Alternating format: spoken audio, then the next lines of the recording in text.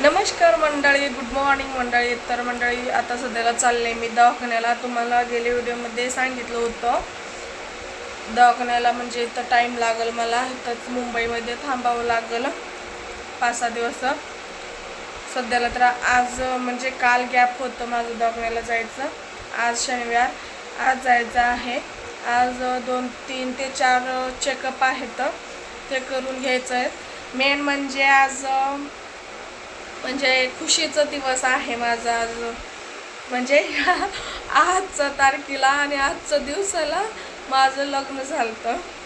म्हणजे ॲनिव्हर्सरी आहे हो, लग्नाचा वाढदिवस आहे आज. तर आमचं इथंच आता ॲनिव्हर्सरी काय साजरा करायचं होतं आहे काय नाही, हेच चालू आहे आमचं दवाखाना वगैरे. मला तर आठवण पण नव्हता. नवऱ्यानं सांगितलं आज आपलं खुशीचा दिवस आहे, म्हणजे लग्नाचा दिवस आजचं. तर सांगून आठवण करून दिले. तर विसरले होते, कारण माझं एवढा त्रास आहे ना, त्या त्रासामध्ये मी सगळं डोक्यातलं बाहेर चाललंय, डोक्यावरून चाललंय सगळं गोष्ट मला. त्यामुळे एक व्हिडिओ करावं त्याच गोष्टीवरून. आणि आज दवाखान्याला पण चाललं तिथलं चेकअप करायला. बघू आज काय सांगते, तर जायचं की थांबायचं आज अजून त्याने सांगितलं पुढचं विचार, जायचं की थांबायचं.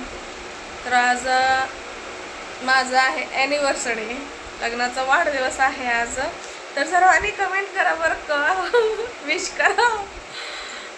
पण खूप वाईट वाटत आहे बरं का. तिथं आम्ही आमच्या घरात सोलापूरमध्ये असलं असतं तर थोडंफार एन्जॉय तर करता येत होतं.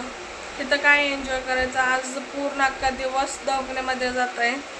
तिथं असलं तर थोडंफार एन्जॉय करायला येतं आहे, एन्जॉय करायला येतं आहे. आणि श्री जानू पण असते तर त्यांना लय खुशी होत आहे हो. श्री जानूला असं सांगितल्यावर बड्डे वगैरे असेल ना, लय आनंद. आणि जानूचा पण बड्डे आला आहे बरं का, 20 तारखेला आहे. माझं ॲनिव्हर्सरी 14 तारखेला आहे आणि तिचं 20 तारखेला बर्थडे आहे.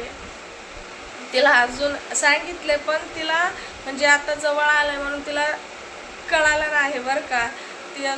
ती म्हणते माझं बड्डे आलाय जवळ, माझं बड्डे आलाय जवळ, पण तिला सध्याला आता 5-6 दिवसामध्ये आहे माझं बड्डे म्हणून तिला नाही तेवढं हे कळत नाही.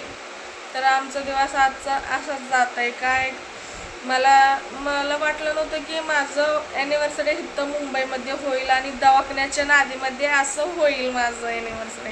मला वाटलं होतं की दवाखान्यात दाखवून 1 दिवसामध्ये दवाखाना होत आहे, यायला 1 दिवस आणि 1 दिवस दवाखाना आणि 1 दिवस जायला घराकडे. तर ह्याच्यामध्ये होतं आहे माझं ॲनिव्हर्सरी सोलापूरमध्ये होईल असं मला वाटलं होतं. पण असं सगळं येईल मला वाटलंच नव्हतं. इकडं दवाखान्याचं बघायचं का आपण एन्जॉय करायचं. मी तर एन्जॉय करण्यात म्हणजे एन्जॉय करण्यासारखं माझं कंडिशन नाही. पण सांगितलं थोडंफार खुशी असते ना माणसाला, आपल्या घरात असून खुशी म्हणजे कसं वाटतंय आणि बाहेर फिरता असं खुशी होत नाही. अख्खा इथं मुंबईमध्ये इथं तिथं चढ, इथं उत्तर, इथं रेल्वे स्टेशनवर चढ, तिथं उत्तर ह्याच्यामध्येच दिवस जात आहे. दवाखाना तर लई मोठा आहे, त्या दवाखान्यामध्ये तर काय इकडं जा तिकडं जा. आपल्या ॲनिव्हर्सरी आज गेलं खड्ड्यात म्हणायचं असं आहे बघा.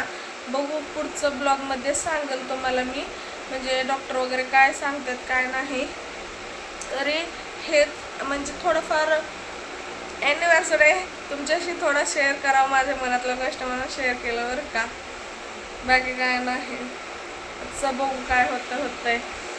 पण आज मी नवीन कपडेच घातले बरं का, हो का, नवीन कपडेच घातले.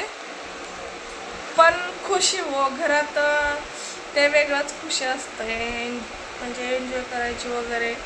ते आपल्या ॲनिव्हर्सरी आहे आज, ते हे म्हणजे ते वेगळंच. पण ह्या धावपळीमध्ये ते वेगळंच होतं आहे, मूड ऑफ होऊन बसतं आहे धावपळीमध्ये. म्हणजे हा दिवस चांगलं गेलं ना, 1 वर्ष पुढच्या ॲनिव्हर्सरीपर्यंत चांगला दिवस जात आहे असं म्हणणं आहे माझं. पण आजच दिवस वाईट गेलं किंवा धावपळी मूड ऑफ होऊन गेलं ना, 1 वर्षपर्यंत तसंच जात आहे. म्हणून लोक काय ॲनिव्हर्सरी बर्थडे आल्यावर का खुश राहतात, तर ह्यासाठीच खुश राहतात. म्हणजे हाचा ॲनिव्हर्सरी दिवस किंवा बड्डेचा दिवस मूड ऑफ गेला किंवा भांडणामध्ये गेलं किंवा धावपळीमध्ये गेलं ना, पुढच्या वर्षापर्यंत तेच राहतं. तसं म्हणणं आहे. म्हणून खुश राहावं माणसानं त्या दिवशी, एक दिवस तर खुश राहावं. पण माझं काय तसं होणार नाही. मला 100% गॅरंटी आहे की माझं मूड ऑफ होणार, फिरण्यामध्येच जाणार. 1 वर्षपर्यंत मी फिरतच राहणार आणि मूड ऑफ होत. तर चला दवाखान्याला पण जायचं आहे, मला वेळ होत आहे. इथंच ब्लॉग थांबवते. Bye bye.